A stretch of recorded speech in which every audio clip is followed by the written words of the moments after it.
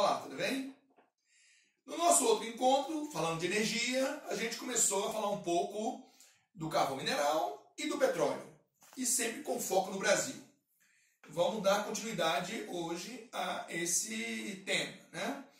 Falávamos do petróleo em relação à mudanças que o Congresso propôs na distribuição de valores que são repassados a estados, municípios e União pelas empresas que exploram petróleo no Brasil. Os royalties, que são valores que se paga como uma compensação, principalmente por impactos ambientais na extração do petróleo, e as chamadas participações especiais, que quando se está trabalhando em grandes prospecções, em grandes reservas, em áreas de grande extensão de exploração, se paga também valores chamados de participação especial. Há também os bônus de assinatura dos contratos, quando a empresa arremata um bloco para explorar, ela paga um bônus, um ato de assinatura ao governo federal. Inclusive, na mudança que o projeto que o Congresso votou, havia uma proposta de, até então, esse bônus era 100% da União, e havia uma proposta de dividir com estados e municípios, 35% de estados, 35% de municípios e 30% da União.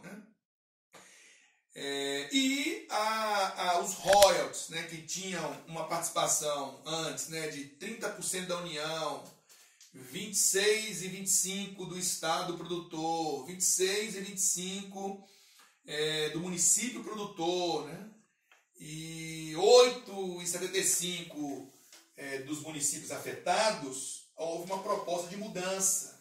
Então, o estado, a União, sairia de 30% para 20%, o estado produtor de 26% e 25% para 20%, o município produtor, esse sofreria um grande baque, porque sairia de 26% e 25% para 4%, e o estado, os chamados municípios afetados, eles sairiam de 8,75 para 2%.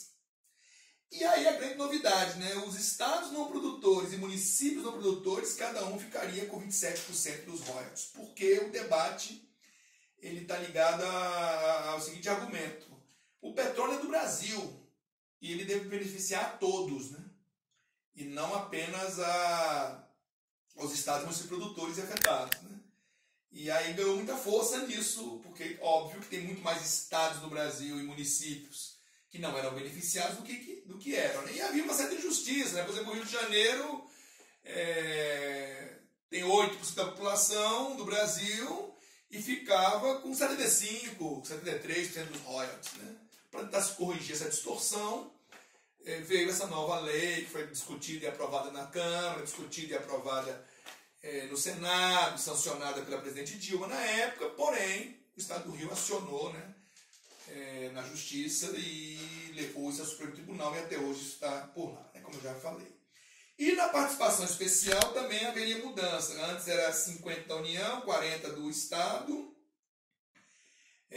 produtor e 10% do município produtor. E havia uma proposta de transformar em 46% da União, 20% do Estado produtor, 4% do município produtor, 15% e 15%. 15% do Estado não produtor, 15% do município não produtor. Quer dizer, também fazer uma remodelagem da distribuição das participações especiais.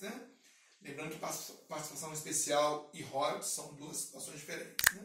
Então isso ainda está no Supremo, ainda vai ter uma solução futura para isso. Mas é bom que você conheça esse caso, que envolve isso tudo relacionado ao petróleo do pré-sal, porque tentou-se não...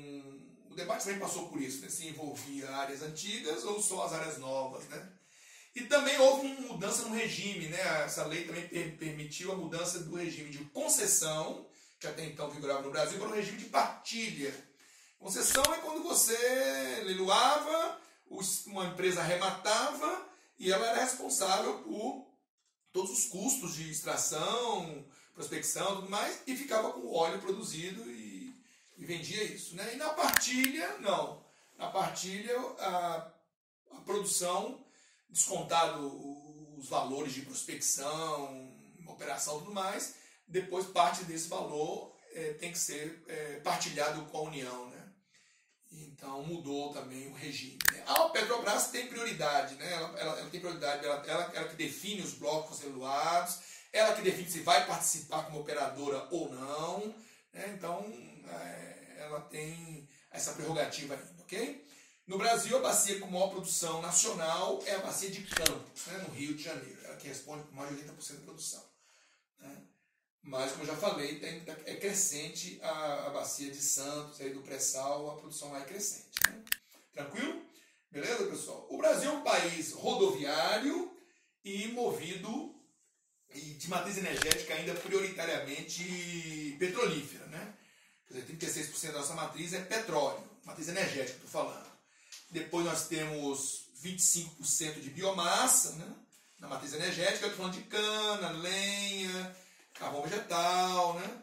Temos 13% de gás, 12% de hidrelétricas, isso na matriz energética, tá? Geral. E temos 5% de carvão, né? E 1,5% de nuclear. Então, essa seria mais ou menos a nossa matriz energética aqui no Brasil.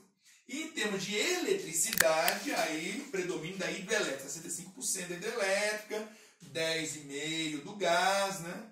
Temos mais ou menos uns 8% da biomassa, né? Uns 7% de solar e eólica, uns 4% de carvão, né? E aí 2,5% de nuclear, 2,5% de petróleo. Isso na produção de energia elétrica, né? O Brasil é um país muito bem servido por bacias hidrográficas, clima chuvoso, úmido, né? Rios perenes, rios planálticos, em sua grande maioria. Isso tudo viabiliza a energia hidroelétrica, né? Que é o que nós vamos falar agora. Que é uma energia renovável, limpa durante a produção, já que não gera nenhum gás, não gera nenhum poluente, né? Porém com impactos, né? Porque todo hidrelétrico demanda represar rio e formar lagos de hidrelétricas, né? E isso impacta tanto do ponto de vista ambiental, do ponto de vista social, né? Do ponto de vista até cultural, né? Porque sítios arqueológicos podem ficar submersos e não serem mais explorados, né? E conhecidos, né? Então é todo um debate, né? E claro, dependendo de como se construam as hidrelétricas, elas podem ser poluentes, né? Por exemplo, já tivemos casos no Brasil, como Tucuruí, na bacia do Tocantins-Araguaia, lá no Pará, onde se inundou a floresta, né? E esse material que é ali dentro, ou mesmo Balbina, no rio Atumã, lá na Amazônia, onde a floresta foi inundada e depois passou a produzir gás sulfídrico, né? Que é um gás que provoca efeitos de estufa, né? E corrói, inclusive, também as estruturas das turbinas, né?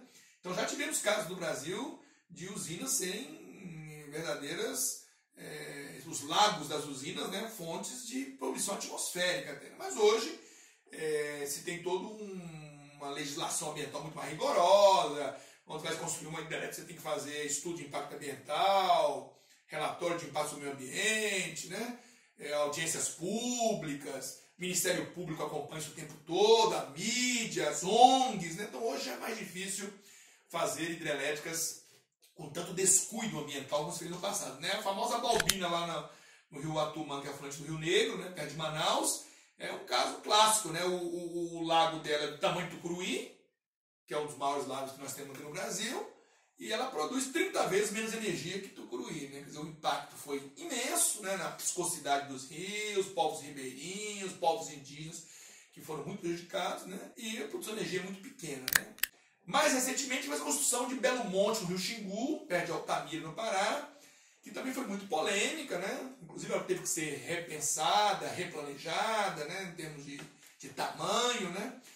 Fabricada numa tecnologia de lâmina d'água que você tem o famoso fio d'água, né? A tecnologia que se usa hoje com uma lâmina d'água bem menor, né? Não tem lagos de grandes proporções, né? Se represa um lago bem menor e se mantém a hidrelétrica pelo próprio fluxo do rio, né? O que gera uma certa inconstância na oferta de energia dela. Mas, para atender todas as demandas, e mesmo assim houve todo um impacto ambiental, social, né? A região atraiu muita gente quis trabalhar e atender demandas dos trabalhadores da usina, inchou a cidade, né? E isso aumentou a taxa de criminalidade, e depois, com as obras sendo concluídas, ficou lá além dos impactos ambientais, na qualidade da água, quantidade de peixes, né? Teve também impacto social com aumento de violência, tráfico de drogas, depois que a obra reduziu o seu ritmo, né? Aumento do desemprego, né? Então, assim, são vários impactos que às vezes a construção de uma usina pode trazer, né? Mas o Brasil é um país que tem grande potencial, o nosso potencial hidroelétrico ainda está subaproveitado, né? A gente utilizou pouco mais de 1/3 do nosso patrimônio, tem 2/3 ainda por utilizar, né? E hoje o patrimônio mais subutilizado do ponto de vista hidroelétrico é o da Amazônia. Por isso que a tendência é ter mais usinas nessa direção, né? Aqui no Centro-Sul, o Rio Paraná, a bacia do Rio Paraná, que tem o maior potencial hidroelétrico instalado no Brasil, ela já está chegando ao seu limiar, né? Você já tem um grande potencial sendo explorado, né? Os rios Paranaíba, Grande, Paraná, Tietê, né? Essa região ali do Centro-Sul, onde opera principalmente Furnas, né? Que é uma das centrais elétricas brasileiras. Nós temos Furnas, temos Chesf no Vale do Rio São Francisco, né? Temos Eletrosul, Eletronorte, né? São os centros, né, de produção e distribuição de energia que o Brasil tem, né? O Brasil tem uma rede de distribuição de energia que varre todas as regiões brasileiras. Obviamente a região norte é a menos atendida, né? Está sendo ampliada a rede de distribuição naquela região. Nós temos o estado de Roraima, que ainda depende de energia que vem da Venezuela, da usina de Guri lá na Venezuela, então somos dependentes dele naquele estado, né? Estamos trabalhando para ganhar autossuficiência naquela região, mas ainda somos dependentes dos venezuelanos nesse aspecto. Então o Brasil tem uma tendência, né, a ter cada vez mais construção de energia de usinas hidrelétricas na direção da Amazônia, e sempre há toda uma preocupação com os impactos ambientais, sociais, aos povos ribeirinhos, aos povos deslocados por barragens, aos indígenas, né? Então é sempre um tema muito polêmico, mas o Brasil não pode jogar fora esse modelo de energia, né? E a nossa energia elétrica é muito dependente dessa fonte, né? No final dos anos 90 chegamos a ver apagões aqui no Brasil, na época ainda do governo Fernando Henrique. Foi aí que houve um crescimento das termoelétricas, movidas principalmente a gás, né? Que ajuda a compor o nosso quadro de produção de energia elétrica. Porém, é um gás, nós dependemos ainda de importar esse gás da Bolívia, né? O Brasil não é o suficiente em gás. E na Bolívia, desde que o Evo Morales assumiu e ficou 3 mandatos lá, tentou um 4º, não conseguiu, né? Mas o Evo Morales nacionalizou a produção, a Petrobras passou a trabalhar para a subsidiária estatal boliviana, né? Nós tínhamos construído aí, junto com os bolivianos, um grande gasoduto, Brasil-Bolívia, mais de 3.000 quilômetros, mas fomos surpreendidos por uma mudança da política dos hidrocarbonetos na Bolívia na época do Evo Morales, né? Que aumentou o preço do gás, aumentou os impostos, né? E o Brasil findou acomodando as reivindicações bolivianas, né? Na época havia uma certa identidade ideológica entre o governo do Brasil e o governo de lá, né? Era Evo Morales e Lula e findou que se acomodou isso aí, ficou deles nos remunerarem pelos investimentos que fizemos, né? Mas foi uma situação bem tensa. Inclusive, o exército boliviano chegou a ocupar, no dia 1º de maio, do trabalhador, uma refinaria da Petrobras lá na Bolívia. Mas depois a diplomacia acomodou toda essa discussão, né? Da mesma forma, a energia que provém de Itaipu, nossa maior hidrelétrica, né? Construída ali no Rio Paraná, em parceria com o Paraguai, né? Metade da energia de Itaipu cabe ao Paraguai e metade cabe ao Brasil. Só que o Paraguai usa 20% da energia que tem direito, então os outros 80% o Brasil compra de volta. Também já gerou alguns atritos, algumas demandas paraguaias para aumentar o valor da energia que eles nos vendem, né? Findamos acomodando também, aumentando um pouco esse valor, mas só você ver que na questão da energia o Brasil tem questões também geopolíticas, né? Em relação ao gás, eu estava falando, o gás, existem 2 tipos de gás, basicamente. Tem o gás natural, que é o gás que aparece junto na reserva de petróleo lá, né? O gás liquefeito de petróleo, né? O gás natural, esse gás ele pode estar associado ou não ao petróleo, né? Esse é o chamado gás natural. E existe o biogás, né? Que é o gás que você extrai de matéria orgânica, né? metano, da decomposição do lixo, extrai de esgoto, né? Quer dizer, biodigestores, né? Então, gás extraído de biomassa, né? Que o Brasil tem um grande potencial de explorar também. E aí, o gás, ele é uma fonte que o Brasil tem usado muito na produção de energia elétrica, né? Ajuda a completar a cadeia de produção de energia elétrica, que é muito baseada em hidroelétrica, mas o gás ajuda a compor. E geralmente o Brasil trabalha assim, né? Quando os reservatórios estão cheios, desliga-se as termoelétricas, muitas delas, movidas a gás. Algumas movidas a óleo, principalmente na Amazônia, né? E movida a carvão lá no Rio Grande do Sul. Mas boa parte movida a gás. E quando os reservatórios descem muito, porque choveu pouco, né? Ou porque está num período assim, de estiagem longa, né? E aí o reservatório da ilha desce muito, você liga a termoelétrica a gás para completar o sistema elétrico, e aí quando o Brasil paga mais caro pela energia, né, chamada bandeira vermelha, quando nós estamos usando mais energia de termoelétricas movidas a gás, por exemplo. Né? Com o pré-sal, tudo indica que o Brasil poderá alcançar em alguns anos a sua autossuficiência em gás, né? Porque lá tem. Esse é um debate também que se fala do petróleo. Nós somos autossuficientes na produção de petróleo, mas cuidado com isso, porque o Brasil não é autossuficiente na produção de óleo leve, que é o óleo mais utilizado para combustíveis, né? Nós temos que importar ainda. E nós não somos autossuficientes também na capacidade de refino de petróleo. Então nós também temos que importar refinados, porque o Brasil não tem um parque de refinarias suficiente para refinar tudo que nós demandamos. Entendeu? Então, quando se fala em autossuficiência de petróleo, então tenha cuidado com isso. Nós somos autossuficientes na produção de óleo pesado, mas óleo leve e refinado não somos. Okay? Outra fonte de energia que o Brasil também desenvolveu com bastante louvor aí foi a biomassa, a partir da biomassa, o pró-álcool, né? Quer dizer, produzir etanol a partir da cana.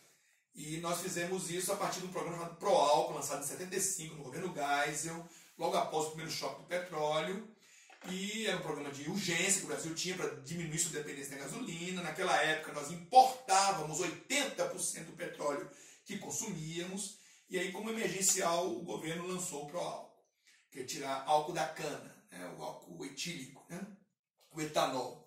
Que na época houve muita crítica, né, porque a cana roubava o lugar dos alimentos, era um programa subsidiado pelo governo, né, que a produção de cana estimulava o latifúndio, a concentração de terras, os impactos ambientais da monocultura da cana, né? A fermentação da cana produzia o vinhoto, que muitas vezes caía nos rios, ia para os rios e matava os peixes. Isso já foi solucionado porque o vinhoto vai virar adubo fertilizante, né? O bagaço da cana era um problema, o destino desse bagaço. Hoje não é mais problema, porque ele é queimado em termoelétricas e gera energia para as próprias usinas, né? Também está sanado isso. E também por ser um modelo que atendia apenas a carros de passeio, né? E, portanto, é uma elite brasileira que tinha carros individuais, ainda mais naquela época dos anos 70, né? Que o carro não era tão popular como é hoje. Então, tudo isso foi criticado, né? Por que tirar álcool da cana e não que exige solos férteis, né? Que vai concorrer com arroz, com feijão, com mandioca, batata, com milho? E por que não tirar do eucalipto lá, né? Por exemplo, né? Então tudo isso foi debate. Na época havia uma certa urgência do governo, ele usou a estrutura das usinas canavieiras que estavam ali prontas e até ociosas, né? E aí o Brasil se tornou um grande produtor de álcool etílico. Houve um movimento da indústria automobilística também na direção de produzir basicamente carros movidos a álcool, e chegou um momento até que você não encontrava nem carro mais a gasolina para comprar, tinha que encomendá-lo, né? E isso foi o auge desse programa nos anos 80, né? Nos anos 90, com a estabilização do preço do petróleo e a retirada de subsídios do governo, o pró-álcool entrou em crise, né? Porque aí voltou-se a querer o carro a gasolina e o pró-álcool sofreu uma decadência. Com o advento do carro flex, carro híbrido, né? Nos anos 2000, e a volta da subida do preço do petróleo nos anos 2000, reativou-se o pró-álcool no Brasil, né? Porém, é um programa que ainda conta com problemas na estabilização da oferta, às vezes concorre com o açúcar, que está mais caro na Europa, aí o cara para de produzir álcool para produzir açúcar, o governo não estimula estoques reguladores, o governo não tem um preço mínimo, quer dizer, falta uma política, né, estatal, né, governamental voltada para a produção do álcool como uma fonte alternativa de combustível mais limpa, né, inclusive que o petróleo, em termos ambientais, é mais interessante, né? E no Brasil mistura-se o álcool na gasolina na proporção de 25%, né? Tranquilo? Então é isso, né? E o álcool, ele para ficar mais em conta que a gasolina, ele precisa ter um preço que tem que ser pelo menos 70% do valor da gasolina, né? Que aí compensa, que o álcool queima mais, né? Então tem isso aí. Muitas vezes os impostos cobrados pelos estados de circulação, né, dificultam que esse combustível chegue a um preço convidativo em alguns estados do Brasil, na maioria deles, né? Ok? Mas o Brasil tem uma fonte alternativa importante que pode lhe dar uma certa segurança diante da escassez de petróleo, né?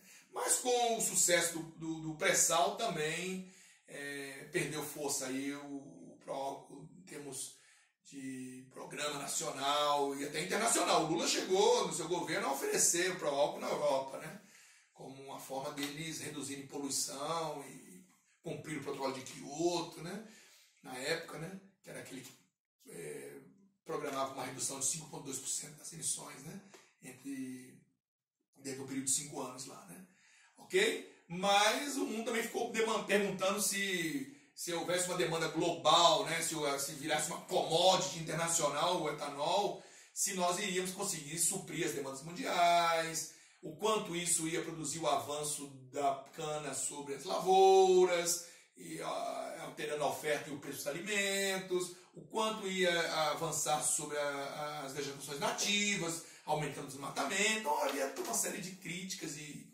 dúvidas e preocupações ambientais também, né, em relação à questão da expansão do etanol, né? Mas é uma alternativa importante que o Brasil tem, ok? E compõe um pedaço importante da nossa matriz energética e da nossa eletricidade também, tranquilo?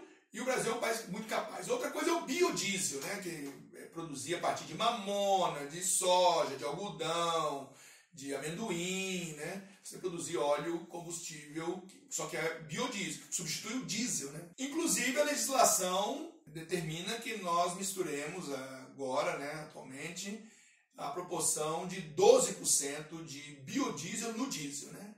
Querem chegar até 20%, né? Para diminuir também os impactos ambientais da queima do diesel, né? Então essa é uma outra alternativa. No Brasil nós temos cerca de 58 usinas de biodiesel funcionando, né? A maioria delas aqui no Centro-Oeste, inclusive, né? Outra região também que tem um número razoável é o Sul, né? E depois o Sudeste, né? Então é um outro elemento importante, né? Uma outra fonte de energia que está crescendo no Brasil é a energia eólica e energia solar, principalmente energia eólica, né? O Brasil é um país que reúne condições para a energia eólica, né? Ele tem ventos constantes, unidirecionais, né? Estamos numa região de ventos alísios e contralísios, temos um vasto litoral onde a brisa marítima e a brisa terrestre também ajudam, né? Sendo que o Nordeste é o nosso maior patrimônio eólico, né? 80% da nossa produção eólica está no Nordeste, né? E é a principal região, mas não só lá, temos no Sul, temos no Sudeste, né? Mas o Nordeste é muito promissor, Ceará, né? Bahia, Rio Grande do Norte, né? São alguns estados que com bastante destaque. O Brasil tem mais de 600 parques eólicos funcionando no país, e está crescendo bastante esse modelo. E também é limpo, também é renovável, né? Uma coisa importante que vem falando desde o começo, não comentei, mas é bom a gente relembrar, a energia ela pode ser renovável quando ela se renova de forma espontânea ou pela mão do homem, né? E não renovável quando ela não se renova espontaneamente e nem pela ação do homem, né? Então, petróleo é não renovável, gás natural é não renovável, o carvão mineral é não renovável, né? Mas, por exemplo, a eólica é renovável, a solar é renovável, a hidrelétrica é renovável, né? Então, só para lembrar, né? Outro modelo de energia que o Brasil também se aventurou foi na energia nuclear, né? Aí é uma energia que ganhou força no Brasil durante a era militar, durante o período de governos militares, né? Havia, obviamente, um plano estratégico que envolvia energia elétrica, mas também a busca pela arma nuclear no Brasil, né, por parte dos militares. E nós desenvolvemos um programa já a partir do final dos anos 60, a princípio com a americana Westinghouse, a empresa americana, de onde veio Angra 1, né, uma usina que foi instalada em Angra dos Reis pela posição estratégica, né, próximo do grande centro de consumo nacional, que é o Sudeste, né, grande demanda de energia industrial, urbana, né, e aí escolheram lá a praia de Itaorna, né, lá em Angra dos Reis. Inclusive Itaorna, na língua tupi, lá significa pedra podre, né? Muitos disseram que não era geologicamente o lugar mais adequado, por causa de fraturas geológicas, inclusive tem que reforçar, né, a estrutura para a construção da usina. E aí nasce Angra 1, né, que começou a ser construída nos anos 70, mas só entrou em operação na década de 80. Né? Mas dependia de urânio enriquecido, o Brasil não enriquecia urânio naquela época, dependia dos Estados Unidos, e aí percebeu-se que o Brasil não podia ficar nessa dependência. E aí nós fizemos um contrato com a Alemanha, em 75, do Geisel, né?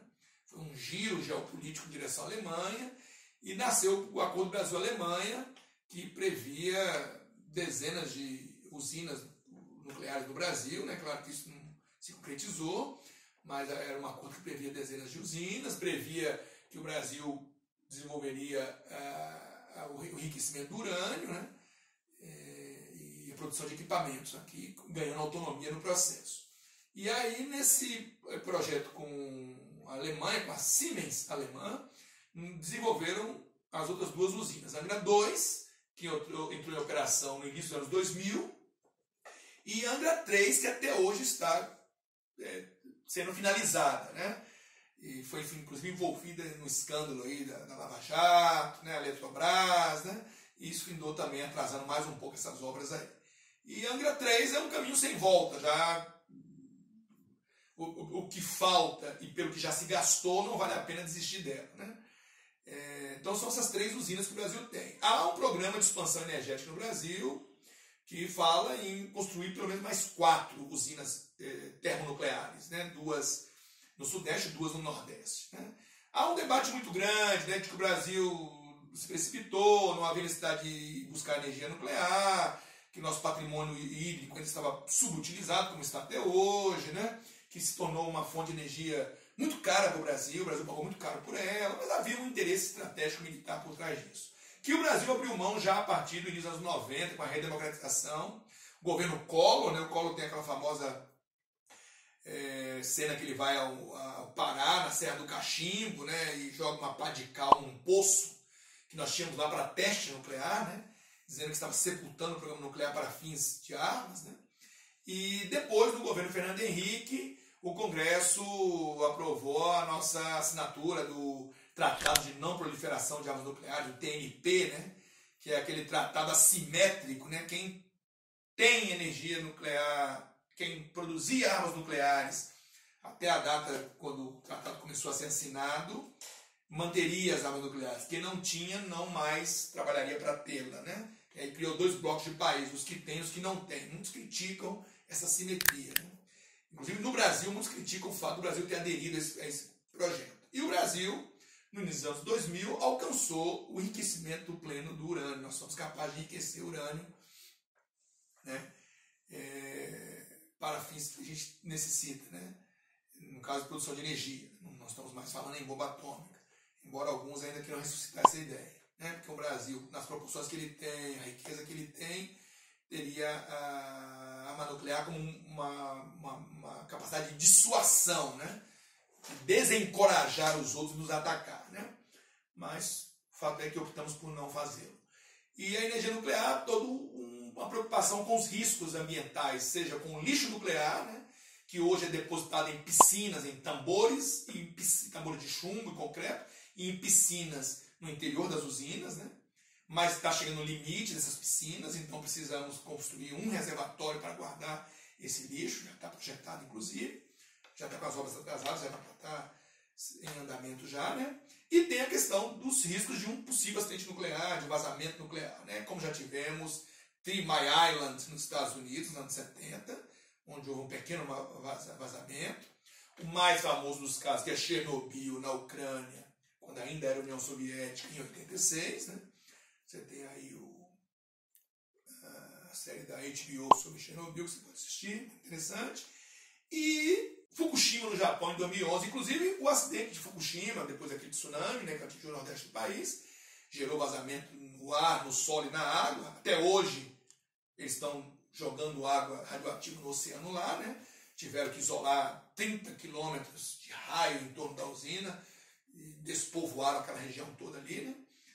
Mas foi um acidente que não foi um descuido a princípio, né? Foi um violento fenômeno natural, onde a água inundou, embora dizem que os japoneses não seguiram orientações de aumentar as barreiras em torno da usina. E aí, com isso, afetou-se lá o sistema de resfriamento da usina, ela superaqueceu e tiveram que fazer procedimentos para evitar uma explosão e liberar o material radioativo na natureza. Depois de Fukushima, voltou-se a reavaliar no mundo inteiro se a energia nuclear é interessante, né? Embora os ambientalistas discutam que ela é limpa, não produz gás estufa, né? Se falou muito nisso. Mas países como a Alemanha já se comprometeram a ir desativando suas usinas. E olha que lá ela tem bastante peso, né? Países como a Alemanha, Estados Unidos, Rússia, né? Japão. A usina nuclear tem grande peso na geração de energia elétrica para eles, além de, para alguns deles, a questão estratégica, né? Militar. Certo? Então, o Brasil ainda permanece no sonho de ter um submarino movido a energia nuclear, no projeto Aramar, né? E não abandonamos esse projeto ainda. E estamos aí tentando concluir Angra 3. Né? As usinas nucleares abastecem exclusivamente o estado do Rio de Janeiro. Okay? Bom, pessoal, os outros modelos de energia, o Brasil não tem grande envergadura ainda. Né? Energia solar, energia que a gente podia investir mais. Né? O Brasil é um país muito bem servido por insolação, país tropical, vasto, com muita área, né? Que a energia solar demanda área para as placas, né? Inclusive já tem casos de botar placas aí em lagos hidrelétricas, né? Aproveitar aquela região que está morta para botar placas, né? E no São Francisco se faz isso. Mas é um modelo que o Brasil precisa explorar mais, energia solar para fins de energia elétrica, né? Para fins de aquecimento, né, a gente já usa de água, né, mas para fins de energia elétrica, as famosas células fotovoltaicas. Né?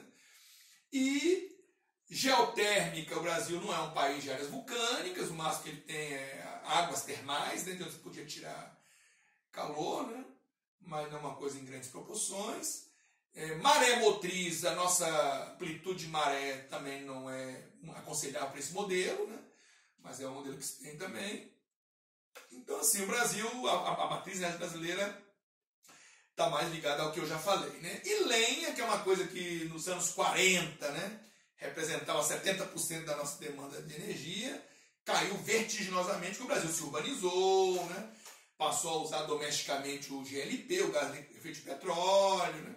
Mas a lenha e o carvão vegetal ainda é utilizado em zonas rurais e da queima siderúrgicas, né, e metalúrgicas ainda se usa, né? Mas caiu vertiginosamente, o que é bom porque também diminui os impactos ambientais, desmatamento, né, e tudo mais. Ok, pessoal? Então, em termos de energia, essas são as nossas fontes, essa é a nossa matriz e esses são os meandros, né, da produção de energia no Brasil. Lembrando que o Brasil ele tem uma matriz energética, quando a gente fala de matriz energética no Brasil, 46% dela é renovável e 54% é não renovável. Então o Brasil tem uma matriz, comparada no mundo, o mundo tem mais de 70% da matriz não renovável, né? E o Brasil ela é um pouco mais de 50%. Então o Brasil é um país que dá exemplo para o mundo de uma matriz energética mais limpa, né? E na produção de energia elétrica, 83% da nossa matriz é renovável, né? Então, melhor ainda, né? Só 17% da nossa matriz de energia elétrica é não renovável. Então o Brasil dá exemplos também nesse sentido para o mundo, né? O mundo praticamente inverte esses números com a gente quando fala de matriz elétrica, né? Então o Brasil, seja na matriz energética, seja na matriz elétrica, tem diferença, né? Nós damos exemplos ao mundo de matrizes mais limpas e renováveis, né? Ou menos poluentes e renováveis, né?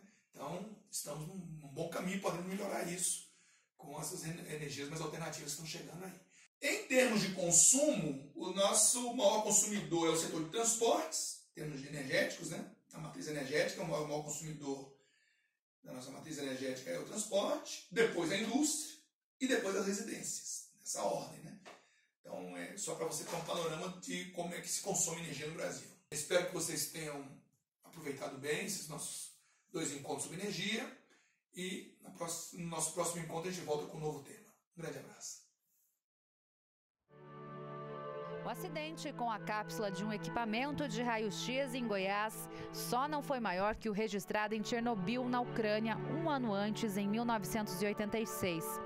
Catadores de papel em busca de materiais que valessem alguma quantia em dinheiro entraram em um prédio público abandonado na capital e encontraram um equipamento usado para tratamento de câncer. Eles então resolveram vender a máquina a um ferro velho, que por sua vez desmontou a cápsula para comercializar o chumbo. Mas ao romperem a blindagem, um brilho azul chamou a atenção.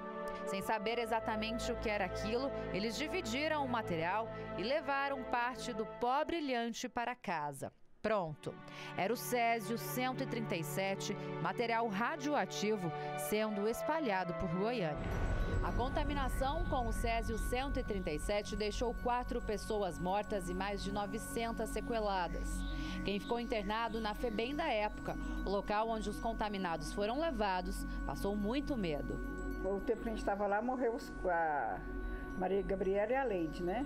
Foi um momento de terror, porque a gente não sabia que podia acontecer com a gente, que podia ser até chegar lá um exterminador e matar a gente, pôr todo mundo na parede, porque tudo que a gente pegava, a gente contaminava.